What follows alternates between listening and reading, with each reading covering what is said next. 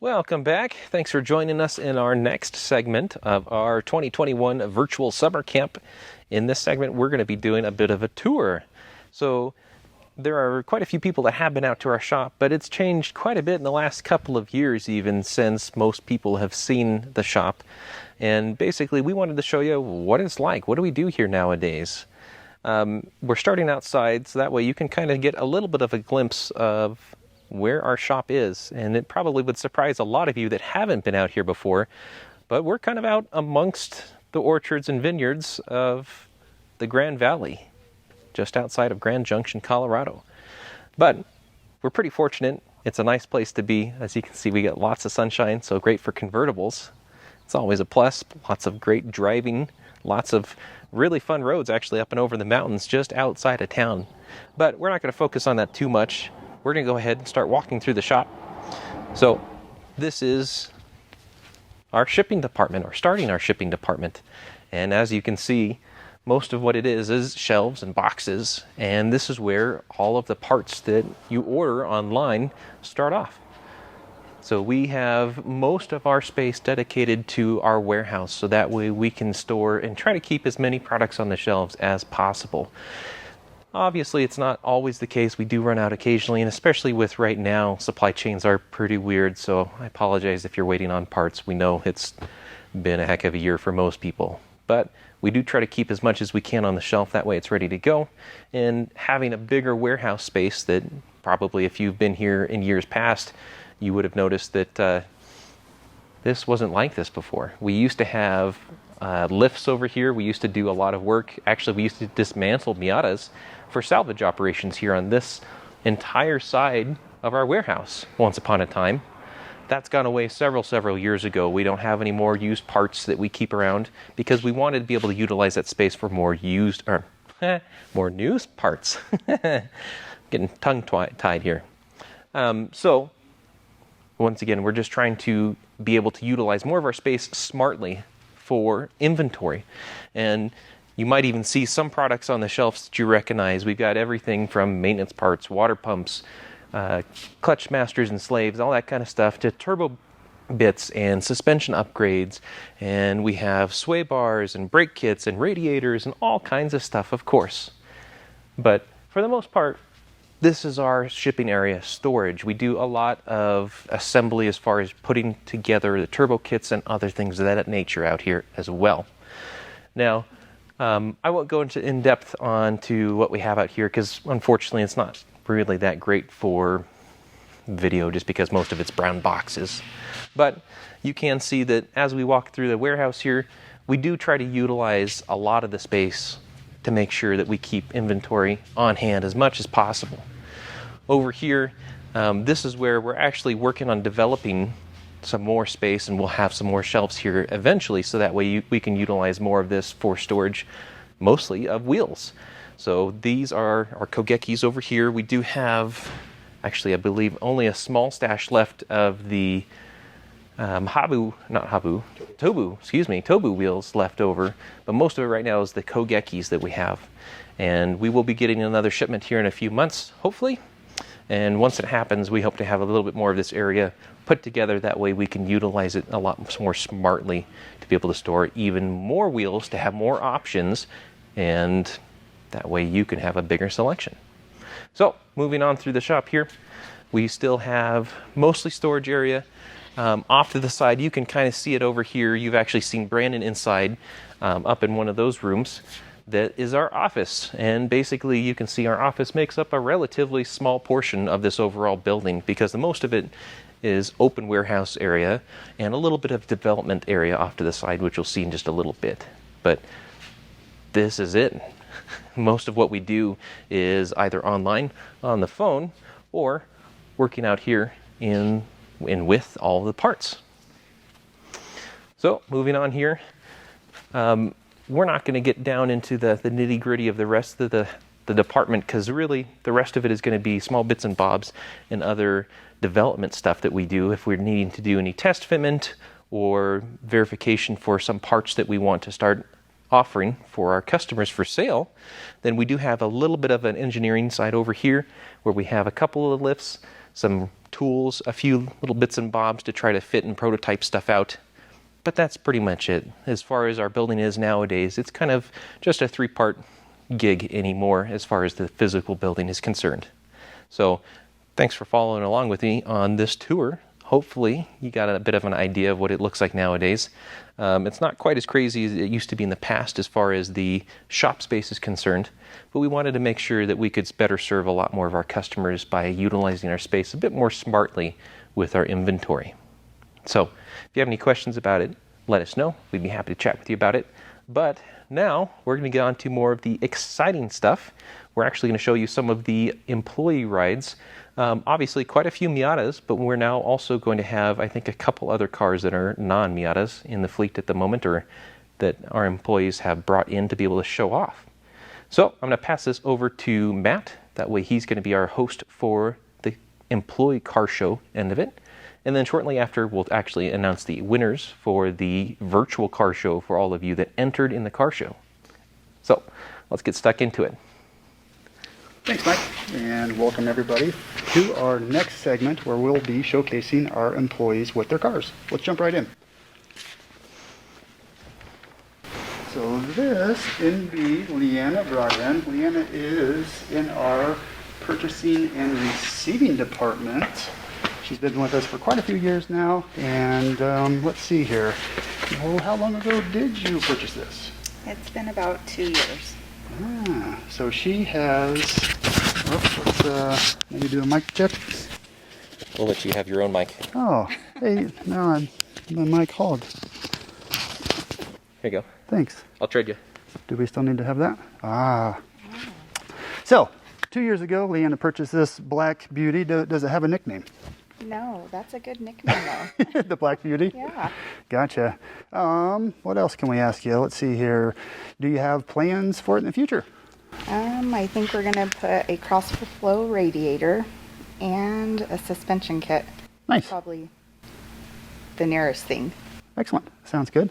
And you're going to do the install yourself, or is this going to be a family project? No, that's gonna be my husband and my son. Their project. Do they know this? Well, they do now. Sounds good, Leanna. Do we have any more questions for Leanna, Mike? Well, do you have any plans in the future to do anything with it on the racetrack? Well, I think my son would really like to do that, and my husband, so Possibilities? possibilities. Excellent. That's always the end goal, right? Everybody builds a race car, right? Eventually? Yeah. Eventually. Yeah. Yeah. Grocery getters are okay too, though. Okay. All right. Thanks, Leanna. You're welcome. So, next up is going to be Ryan. Ryan is one of our newly employees, and he probably got a little bit of Miata fever when he came into working with Flyin Miata, since he didn't have a Miata before he started working for us. So Ryan, tell us about your new car. Well, I've been here full-time for about 3 months, and of course I had to just buy one, and I thought about getting a project one, but then my wife told me I have plenty of projects of my own already, so I went ahead and got a 2021 GT with the soft top, and yeah, here we are. So, sorry about that. We had some technical difficulties. Could you say that again? Yeah. Sorry, everyone. I know that you couldn't hear that. So I've been here about 3 months, and of course I had to go out and buy a brand new one. I had thought about getting a project one, but my wife told me I had plenty of projects at home already. So I went ahead and got the 2021 GT with soft top, and I've been loving it so far. Excellent. Actually, I'm going to hand this off to you. Oh, We're having issues with this other one. So it was interference with the extended mic. I see. Wasn't custom spec, I guess. So anyway, back to it. So it's pretty much right off the showroom right now. How about mods in the future? What are you thinking? I'm definitely going to be doing some sway bars. I'm also planning on doing the Fox suspension, some new shoes. Definitely want to make sure that it handles perfectly before I do any kind of power mods, because I'm just looking basically for a cruiser right now. So Nice. Weekend car. You have a few other cars, if I remember right. Yep. Do you have a favorite out of them yet? well, this one, I mean, obviously, but I also have a 2011 WRX and a 2020 Kia Stinger. That one is a lot of fun as well. But yeah, this one through the twisties, can't beat it. Nice. Naturally aspirated for this platform is pretty nice, isn't it? Mm-hmm. So, since I'm not up to date on the Mazda colors, what is this color? This is polymetal gray, and it looks great. Different lights. It looks completely different. It's fantastic. Excellent. Yeah, it's a showstopper for sure in a stock platform. Thanks, Ryan. Thank you. All right. Next up, everyone might recognize Keith. He is very out front in the in our world, in the Miata world. He does all of our e-commerce. So if it has to go through our website, everything on the back end, that's Keith's deal now. And he brought with us, what did you bring, Keith? Well, I would like to register a protest. I was told that this was our other than Miata vehicles. I have 4 Miatas at home, but I brought my grown-up car, which is an E39 M5, a 2002 model. So 400 horsepower of German V8, and it's like owning a small airplane in many different ways. So maybe referencing some maintenance, not issues, but performances, huh? It's a supercar tucked inside a fairly unassuming suit. So yeah, maintenance demands are high. I wouldn't want to pay someone else to work on this car, but it's a beautiful thing when it's working. So, which is most of the time, I would like to point out. That's always good. Any particular things stand out on this car for you? Honestly, it's almost completely stock. I've got a set of Coney shocks on it because the stock shocks were done. And I'm thinking in the future it might be kind of fun to build a Hush-O-Matic for it because they sound amazing when they're straight piped. But I use this for cross-country drives, so I don't want it to be too obnoxious. It's a fantastic car on the highway. It's got this dual nature where it can just cruise along and take care of you, and then you drop the hammer and there's 400 horsepower, and it just kind of goes a little bit crazy. So yeah, it's a fantastic thing to drive around in. I've owned it for, I'm not sure, at least a decade. Before the prices on them started going really crazy, so that normal people could afford one. And it's black on black, and I think possibly the best looking car BMW's ever made. I love the thing. Yeah, it definitely looks nice, and it seems like it's the best of both worlds. So cruising and some performance in there. Yeah, I've got about a dozen cars total. But this is the grown-up car. We want to pretend that we're actually real responsible adults. This is the one that gets the gig. Do you have a list of cars that you would like to share? Well, I was also asked if I could bring my classic Mini along. That's been on the Flyin Miata page a couple of times. I have a 1966 Cadillac that I was asked not to bring simply for square footage concerns. That was a concern. It's a big shop. It's not that big a shop. I've got a Vanagon Westfalia with a Subaru engine, a hot rod little engine in that thing. A couple of Jeeps, an MG with an LS engine, 4 Miatas. There's a Model 3 in the garage. A little bit of everything. Big Dodge truck.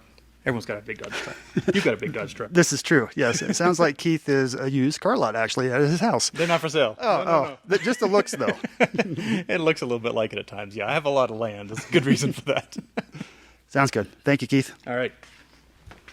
So this one happens to be mine. Well, you can't interview yourself. Oh. Sorry. Doesn't work that way. Darn it. Yeah. Ask me my questions. Okay, so this beauty of a car. Tell us a little bit about this. Where did you get this car? Well, you know what? I was one of those people that started working with Flyin Miata, and I've never been in a Miata before in my life. And 3 months later, it appeared. This happens to be Kyle's old girlfriend, and he let me buy it from him. So it's been pretty much a sleeper car from the beginning. It was naturally aspirated when I got it. I rebuilt the engine because it had over 200 on it, and I have a driving compensator off to the right side of the engine that everybody can see. Since I'm not a very good driver, you need lots of horsepower to cover that up. Besides that, lots of FM parts, which you guys are probably familiar with. But yeah, it's a fun drive, which everybody knows. I am running Coney's because Coney is the answer. Yes. Listen to the wisdom. So now that you have acquired the girlfriend, would you say that you've loved her better, or? Oh, yeah, that's a hard one. Good thing she doesn't have an answer because I don't know how many mechanics are out there, but usually they get neglected a little bit, a mechanic's car. As you can tell, it wasn't washed, it hasn't been washed, and it'll probably stay that way. So you acquired a relationship with baggage, is what you're saying? yeah, maybe so. That's unfortunate. But it's hard to say that you can't love this car when it's got 400-ish wheel horsepower. This is true. Yep. And since I purchased all of those, I do use them every time I turn the key. So, of course, legally. So, Right, of course. I just get to the speed limit a lot quicker than most people. So, I see. So, any future plans for this car, or is this the ultimate form? Is this Super Saiyan as much as it's going to go, or are you going to go, level 2, 3, 4 beyond that? oh, good question. So, I happen to fall into an MB that a person used as a donor for an exoset. So, I think my drivetrain, my power plant will be repurposed into that, and this will be maybe a flower arrangement or something like that. So, Wow. Facelift. Okay. All right. So basically what this means is if you're looking for somebody to take care of you, this is the guy. All right. Well, thanks, Matt. Unless you have anything else you want to add, we can let you go. I'll let you off with that. We probably embarrassed you enough. Now it's your turn. You can embarrass me. I appreciate it. And yes, Mike, it looks like you are next up in line, and I'm walking too far away from you. Let's go this way. Sorry. What do you got? What'd you bring us? So, speaking of old girlfriends, this car actually came to us back when we were doing salvage, and I bought it early on after I started working here about 8 years ago, and it sat for a long time. And I'm a little ashamed to say that. The running joke around here is that this was going to be completed as a project in the year 2037 because my pace was so slow. But I bought it as a completely stripped out, absolutely bare tub. And shortly after that, I do a little bit there, try to do some modifications. The real goal with this car is I was going to put a V8 in it. So I've done the modifications. Yeah, you can see I've got half of the cylinders, so I'm still working on it. It's in progress. Right. But I've done the body modifications to widen the transmission tunnel. I've cut out the corners in the engine bay. I've moved the radiator forward, all that kind of silly stuff. And then I got to the point where I needed to put some horsepower in it, and I realized that my pocketbook wasn't that big. So the stock engine went back in, or rather a stock engine went back in. But you can't just put in a regular looking stock engine. You gotta make it look a little bit pretty, and you gotta, put on some shiny bits here and there, and you have to do a custom paint job in the engine bay before you drop in the engine. So this is her pretty side. As you can tell from the rest of it, she's well loved. This car contains somewhere between 15 to 20 different other Miatas that comprise of its entire existence. So actually several parts from my 1996 M Edition car are on this, including the wheels and the sill plates for the doors. So it's a bit of a Frankenstein's monster for sure. You repurpose well. Yes, that's a much nicer name than cheapskate, so thank you. Thanks, Mike. And I didn't introduce Mike. He is our CSR manager. I started the video, so they know who I am. It's all good. Thanks, Mike. Thanks, though. Okay, next up, we have Brandon. He is in our engineering department. And Brandon, can you tell us a little bit about your car? It's a Miata. It's made by Mazda. No, I don't even know how long I've had this car. 18 years? You look a lot younger. I know, right? You wouldn't imagine. But yeah, I have had this car longer than I've been at FM, and I've been here for about 15 years. So yeah, second Miata, FM2, all sorts of fun stuff in there. So, since you've had it for so long, are you thinking about other improvements, upgrading FM bits, or are you happy with its platform and you're just having a good time, fun? Yes is the answer to that question. So it's basically, this is an occasional track toy. I usually actually steal the wife's car for track use, but mostly a daily driver, occasional road trip car, that kind of thing. And it's just really, really friendly and well behaved. I can get in it and drive anywhere, and it's comfy, and I don't have to worry about it. That having been said, and it also has a lot of the catalog to start off with. That having been said, there are definitely some other things I would like to do. I have small fans in here, and this is way back when we were experimenting with stuff, so there's nothing that we sell now. The stuff we sell now is better. So I really want to do a Stage 2 fan kit. I also don't have a reroute. I really want to do a reroute. And I have a pretty old suspension setup, which is still FM, but quite old. So I'd really like to change that. But my other project cars are kind of taking priority because this one just doesn't argue. It just works. So, Which is pretty nice. Yes, it is very nice. Yep. You get in, turn the key, drive wherever you want to. And that's that. And anyway, super friendly, and it could be improved upon, but it's pretty good right now. And it's a little bit of a kind of mechanically it's okay, but aesthetically it's a little rough.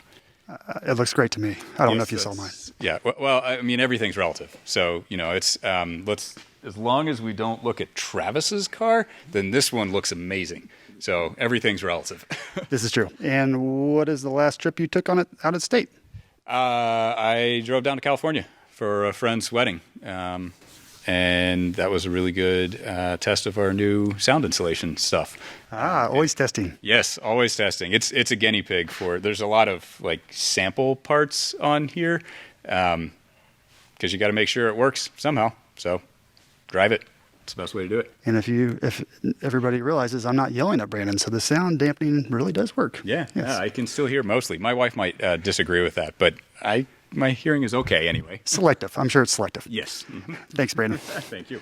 We will move on to Kyle. Kyle is part of our engineering department also. And Kyle, what did you bring us? This is my 2003 Miata. It's my second Miata, and I bought it as a salvage car and brought it back from the dead.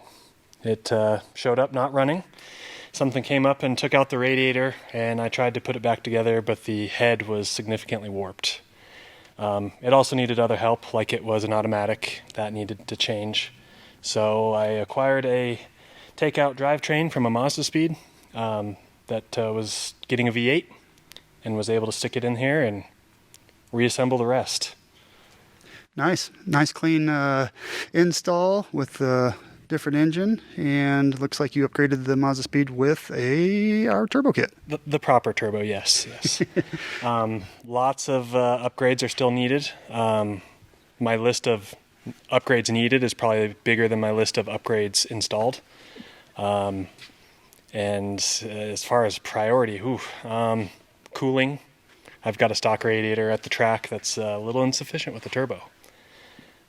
Air conditioning would be nice. The evaporator's in there. The rest of it, not yet. And yeah. Excellent. Sounds like a weekend toy and then some track time. Yeah. It's been a good car. I've really enjoyed it. Thanks, Kyle. Thank you.